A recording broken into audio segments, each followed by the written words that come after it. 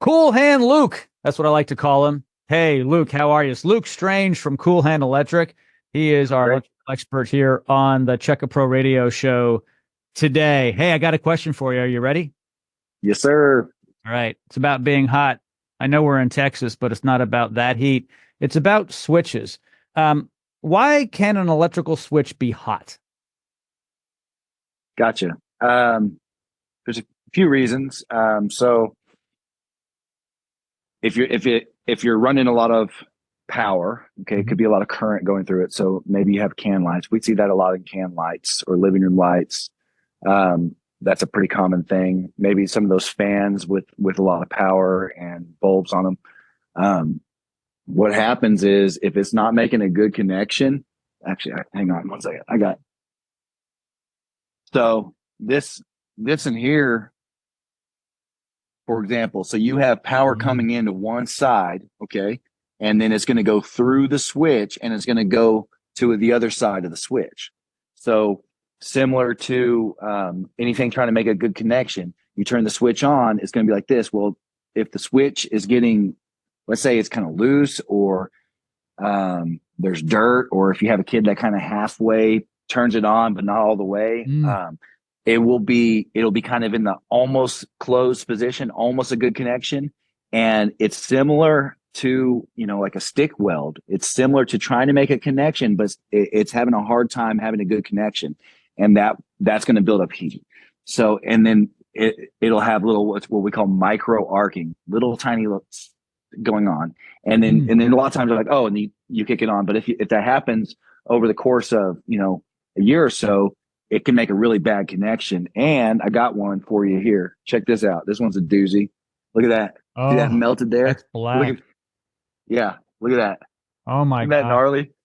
Yeah. That got really hot, like a weld. It Yeah. re, They just re- kept on turning them on and just. yeah. I think they had it was an older couple. They had bad hearing. They couldn't hear it buzzing like that, and so Oh.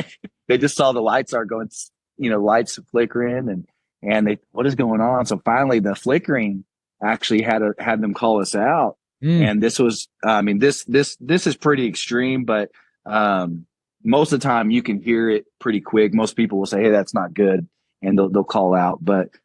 We rarely see it that bad, but still, if those type of connections, if it's hot enough to melt that, I mean, that's some dangerous crap going on there. So Oh. it just starts with a little. It could be a kid or anyone else not closing the connection all the way, and it's just kind of almost all the way up.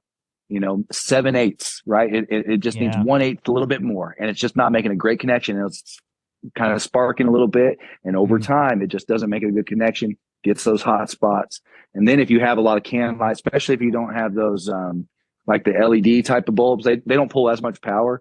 But the regular can lights, even the CFLs, the little curly Q looking ones, those ones still pull a decent amount of power. So if you have a living room and 6 to 8 can lights in there, that's a lot of power going through a tiny little switch that doesn't make a good connection, and that can get pretty hot. So, I don't Yeah. know. Is that useful? Absolutely. Often no more than 500 watts on that switch. You want it to be less. That's what I've heard. That's what you often see maybe on a switch too for a warning, no more than like 5 at 100 watts. Well, the good news is today is you can get rid of those ones that draw a lot, which is the incandescent light, the one that Edison created originally. And if you go with an LED, like you said, it doesn't draw that much. So, Right. Yeah, yeah. they're a good upgrade. They don't pull as much power on the circuit, so it's definitely good for safety reasons, as well as obviously you're going to save some, a little bit of electricity. No, absolutely. And that's a conversation we should have in the near future.